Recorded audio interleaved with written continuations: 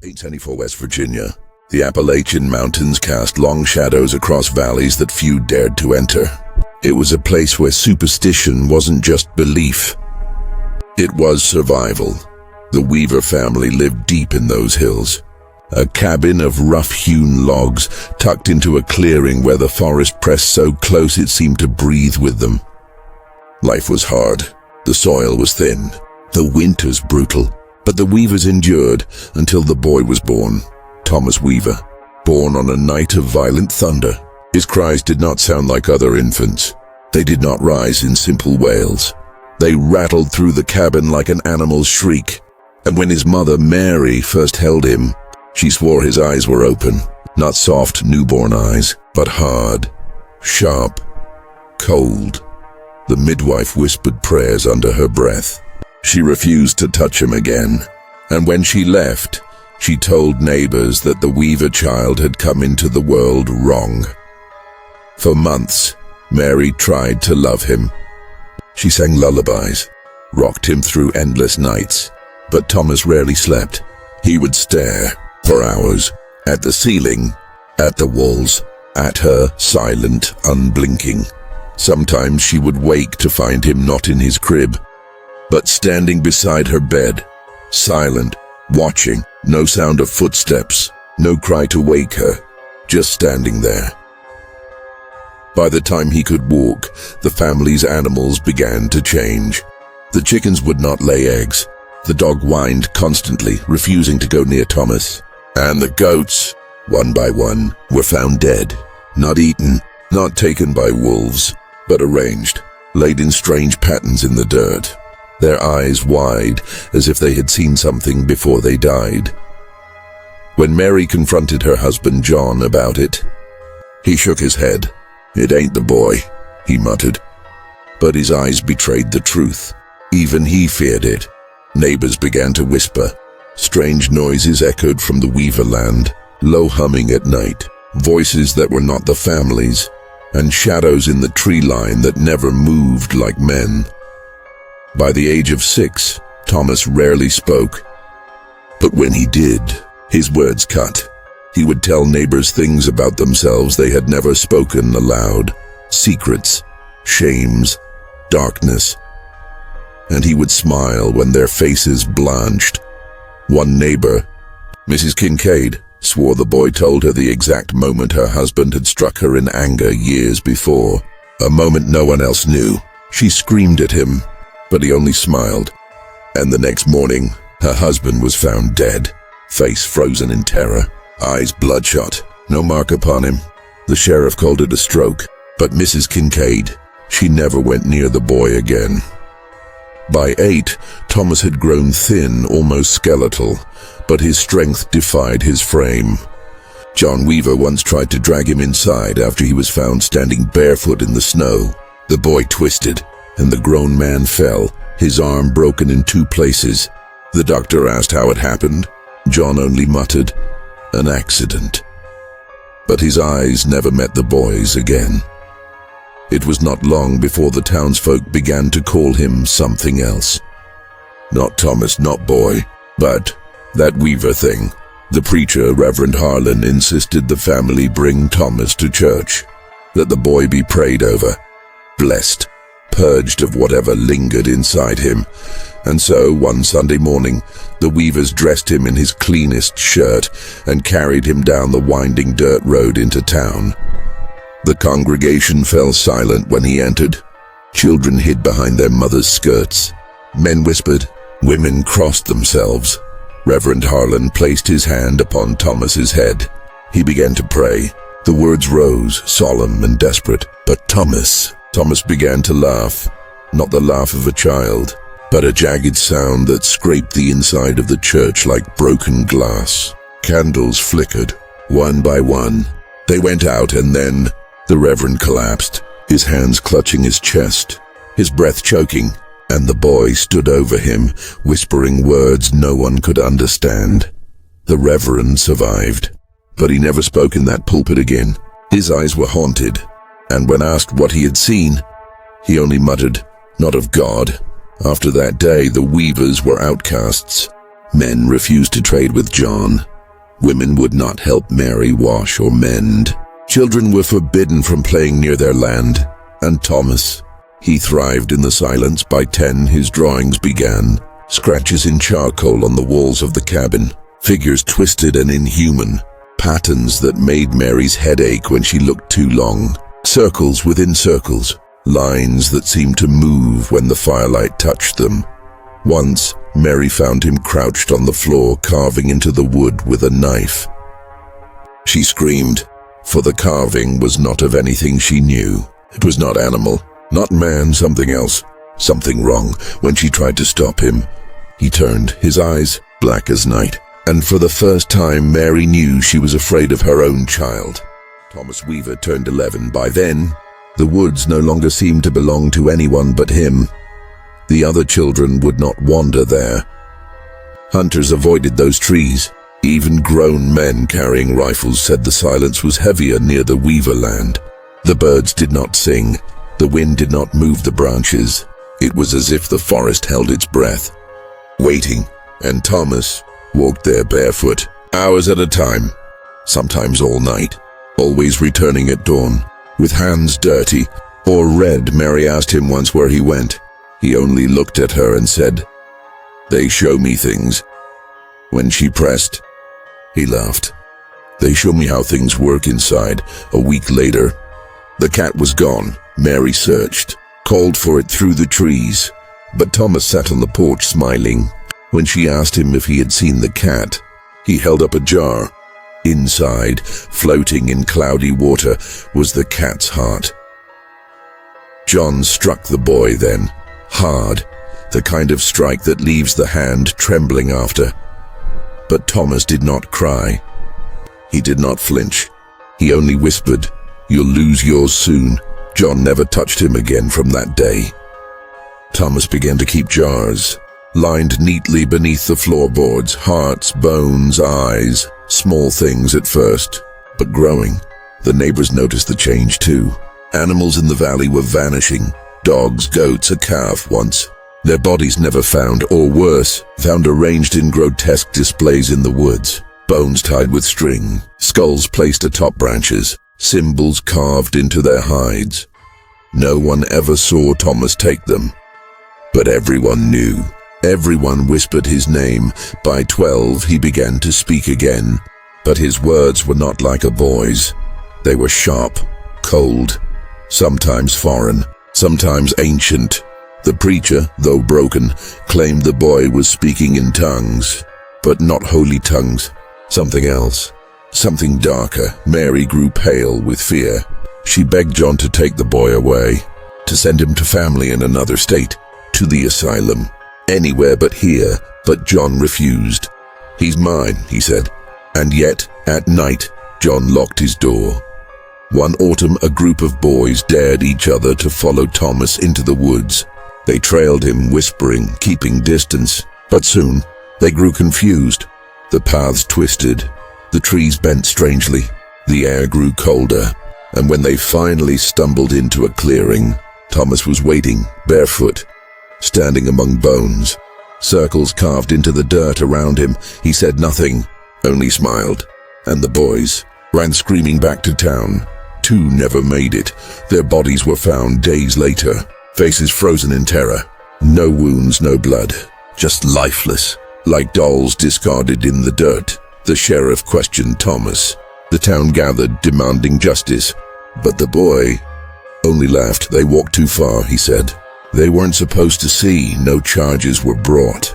No law could explain it." And so the town turned its fear into silence. By 13, Thomas had turned the Weaver home into something unholy.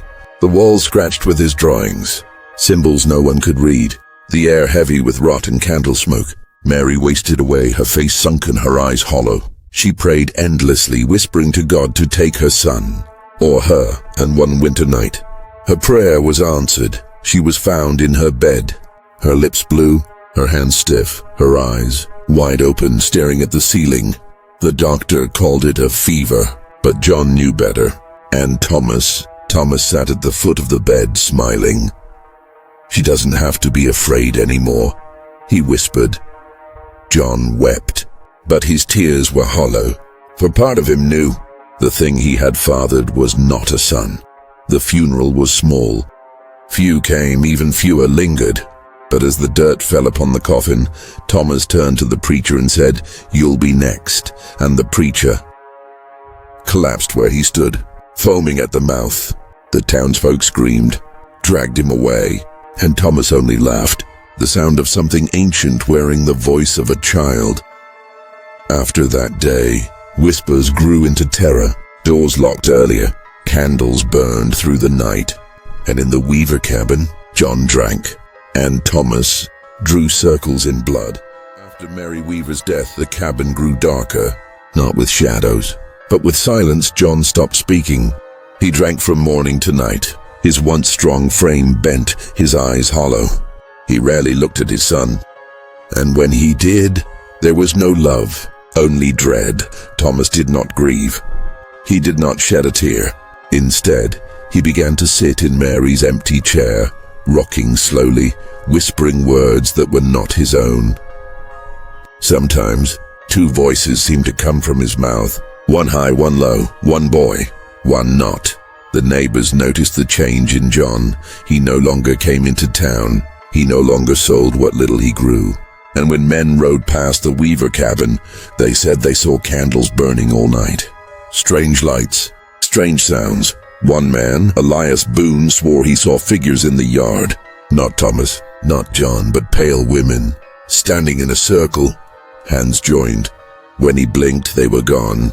But the sound of a child's laughter followed him all the way down the mountain. And then, the deaths began. The first was Sarah Kincaid, the woman Thomas had terrified years before. Her body was found in her kitchen, her eyes open, her face frozen in a scream. But there was no wound, no sign of struggle. Her husband had died years earlier, so who had she screamed at? The sheriff investigated. He asked Thomas where he had been. The boy smiled. At her window, he said. She wanted me to come in. The sheriff struck him then, dragged him by the collar. But when he tried to lock him in the jailhouse, the boy's laughter filled the building, and the sheriff's hands began to bleed. Cuts appearing from nowhere. He let the boy go. The second was a girl named Ruthie Carter, only 10 years old. She had been playing near the stream. Her mother turned her back for a moment. When she looked again, Ruthie was gone. They searched for days, through woods, through rivers, through hollows, until at last they found her, laid in the branches of a tree, high above the ground, her body arranged like an offering, her eyes black, her mouth open, her chest carved with circles and lines no one understood. When John heard, he wept, but Thomas only whispered. She wanted to be closer to the sky. By now the town was paralyzed. Parents forbade their children to leave their sight. Doors were bolted tight at dusk. Fires burned all night. But still, people heard him, the laughter, the knocking, the sound of bare feet in the dirt outside their windows. And then Reverend Harlan died, the preacher who had tried to bless the boy, who had collapsed under his gaze years earlier. He was found in the church, alone, his Bible open, but his hands torn apart, as if he had tried to claw something off him before the end. Some said he had gone mad. Others swore they saw Thomas slip from the church that night, smiling. By 14, Thomas Weaver had become a curse whispered in every home. Parents used his name to frighten their children into obedience. Stay close, don't wander, or Thomas will find you. But even parents grew too afraid to speak it aloud. The sheriff rode to the Weaver cabin one last time. He found John half dead from drink, and Thomas sitting at the table carving into the wood with a knife. "What are you doing, boy?" the sheriff asked. Thomas looked up, his eyes black and endless. "I'm making room," he whispered, "for more." The sheriff left that cabin and never returned. He moved his family north within the week.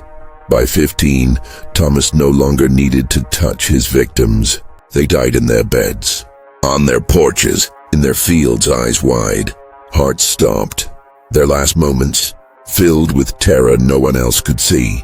The town grew smaller, families fled, fields rotted, houses emptied. And still, Thomas lived, alone with his father, in a house that smelled of rot and smoke. But John Weaver did not last.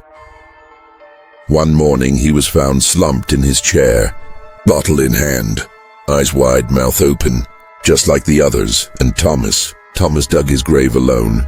Neighbors watched from the edge of the trees as the boy lowered his father's body into the earth. No tears, no prayer, only a smile. He was 15 years old, and utterly alone, but not afraid, never afraid. The fear belonged to everyone else. When the last of the Weavers was buried, silence returned to the mountain, but not peace, never peace. The town whispered of leaving altogether. Hollow Creek was no longer safe. It belonged to him, and yet, not everyone believed. News spread beyond the mountains. Stories carried by travelers, by wandering preachers, by merchants who spoke in hushed voices about the Appalachian boy who could kill with a glance. Most dismissed it as superstition, but a few became intrigued. The first to arrive was Dr. Charles Hargrove, physician from Charleston, a man of science, hardened by the Civil War, who claimed there was no mystery the mind could not explain. He came on horseback, a leather satchel at his side, and when the townsfolk warned him not to go near the Weaver boy, he laughed. "There are no demons in this world," he said. "Only sickness, and sickness can be cured." They watched him ride toward the cabin, and none followed. That evening the cabin filled with light. Not candlelight, not firelight, but something brighter, whiter, unnatural. By dawn, the doctor's horse returned without its rider, foam at its mouth, eyes wild, and no one ever saw Charles Hargrove again. The second to come was a priest, Father Emmanuel from New Orleans. He carried a Bible, a crucifix, and the weight of many exorcisms on his shoulders. He believed what others feared to say, that the boy was not merely cursed, but possessed. The town gathered when he arrived, desperate, hopeful. They begged him to rid them of Thomas. He promised them salvation. He promised the mountain would be free. That night, he entered the Weaver cabin, alone. The townsfolk waited in the dark, their torches trembling. For hours they heard shouting, prayers, scripture, and then laughter. Not Thomas's laughter, not a boy's, but something deeper, something that shook the trees. When Father Emmanuel staggered out, his cassock torn, his Bible scorched black, he was no longer a man of God. His eyes were empty. His mouth whispered words no one understood. He walked into the woods and never returned. The third was not a holy man, nor a doctor, but a professor, Dr. Henry Mallory, a scholar from Boston University. He had read fragments of Appalachian folklore, tales of changelings, of mountain spirits, of children born wrong. But Thomas Weaver, he believed, was something new, a living specimen of what he called atavistic regression. The idea that human beings could sometimes revert to something older, something primal. He brought with him assistants, instruments, journals. He set up camp near the cabin, determined to document the boy. The town begged him not to, but he only smiled. "Superstition dies in the face of study," he said. On his first night, he glimpsed Thomas in the tree line, silent, still, watching. On the second night, his instruments failed. Compass needles spun, clocks stopped, lanterns dimmed. On the third night, the screaming began. The townsfolk awoke to the cries of men tearing through the night. When they reached the camp at dawn, they found only wreckage, tents shredded, books scattered, journals written in blood, and in the center of it all, Dr. Mallory's body, arranged with his arms outstretched, his chest carved with symbols no one could read. His face frozen in awe. Not terror, but Thomas was nowhere to be found. By now, Hollow Creek was abandoned. One family at a time they fled, leaving their homes, their fields, their graves. No one dared look back. The mountain was his alone. But Thomas Weaver did not remain a boy forever. He grew. 16, 17. By then, his body was lean, tall, his eyes hollowed deep. He no longer resembled a child at all, yet his face carried no age, as if he had been carved from something older. Travelers who passed through the mountain told stories. A figure at the edge of firelight, a voice that called from the trees, a boy who asked questions that no child should know. Some never made it down the mountain. Those who did never spoke again. And still, the legend spread. By the late 1870s, Thomas Weaver was no longer a secret. His story traveled as far as New York, as far as London, as far as Rome. And one question lingered. What was he? A demon? A curse? Or something far worse? Something the earth itself had made? By the time the century neared its end, Thomas Weaver was no longer a boy, but he was not a man either. Not truly. The few who claimed to have seen him in the 1880s described him the same way. Tall, gaunt, skin pale as frost, eyes blacker than coal, a creature of the mountains, a figure who walked as though he belonged to no time, no age, no world. Farmers who passed through West Virginia swore they heard him calling, not with words, but with something deeper. A voice that did not strike the ear, but the bone. They would drop their tools, abandon their carts, and walk into the trees. Most were never seen again. Those who returned were not whole. Their hair white as snow, their eyes hollow, their voices broken whispers, and always they muttered the same phrase. He asked me questions, but no one would ever repeat what those questions were. The railroads came. Coal mines cut into the belly of the mountains. Civilization pushed closer to Hollow Creek. Yet the workers who dug too far into the ridge told stories of shadows that moved without bodies, of laughter that echoed in shafts where no one stood. Men refused to go back into the tunnels. Some went mad. Some threw themselves into the shafts.